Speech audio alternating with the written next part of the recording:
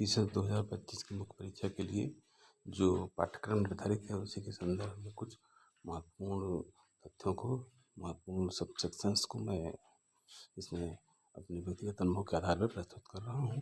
उसी में भारतीय शासन में जो भारतीय शासन सबसेक्शन है उसी में एक सुशासन है।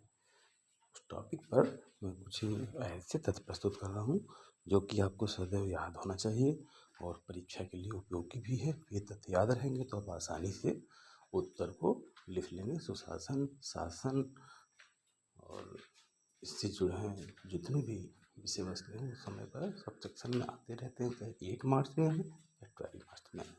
तो गुड गवर्नेंस का जब भी विषय वस्तु आए तो आपको ये पहला मेंशन करना है कि इसका आरंभ 1990 के दशक में हुआ।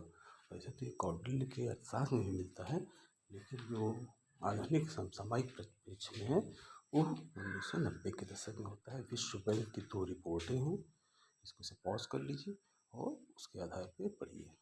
विश्व बैंक की दोनों रिपोर्ट में इसका उल्लेख हुआ है 89 में, 1989 और 1992 में। ठीक है, ये एक गतिशील अवधारणा है। शासन और सुशासन, शासन, गवर्नमेंट एंड गवर्नेंस दो अलग अलग धारणा है। गवर्नेंस एक गतिशील अवधारणा है और गवर्नमेंट एक स्थायी व्यवस्था है। अब इसकी विशेषताएं क्या क्या हैं? इसमें पार्टिसिपेशन होना चाहिए, नंबर 1। नंबर 2, कानून का शासन होना चाहिए। नंबर 3, पारदर्शिता होनी चाहिए।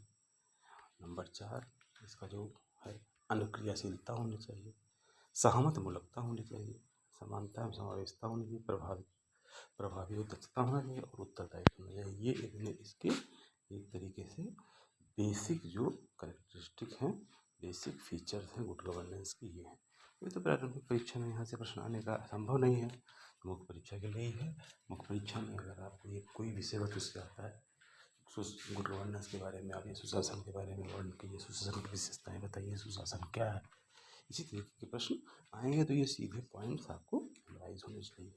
सुशासन की विशेषताएं हो गई, सुशासन के लिए जो इनिशिएटिव है, क्या क्या कदम उठाए जाने सरकार द्वारा गुड गवर्नेंस करने के लिए, क्या क्या कदम उठाए जाने आवश्यक हैं, उसके बारे में ये यहाँ पर यह कि भारत ने सुशासन को प्रोत्साहित और सुनिश्चित करने के लिए निम्नलिखित लाभकारी कदम को उठाए हैं जिससे कि उपरोक्त लक्षण प्राप्त किया जाए किसी व्यवस्था में।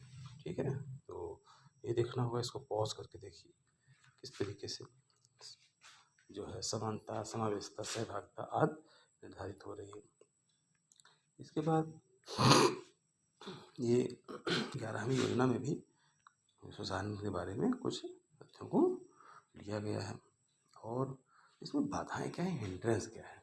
किसी भी सरकारी व्यवस्था में, किसी भी व्यवस्था में सुशासन न आने में पहली बाधा है कि जो पब्लिक पॉलिसी को एग्जीक्यूट करते हैं या बनाते हैं उनका एक एटीट्यूडनल प्रॉब्लम होता है, वो पूर्वाग्रह ग्रसित होते हैं। इसलिए जो है वो भी परिवेश में रह चुके होते हैं, एक व्यवस्था से ही उनका उद्गम होता है, तो वो बाधा पर्याप्त रहती है।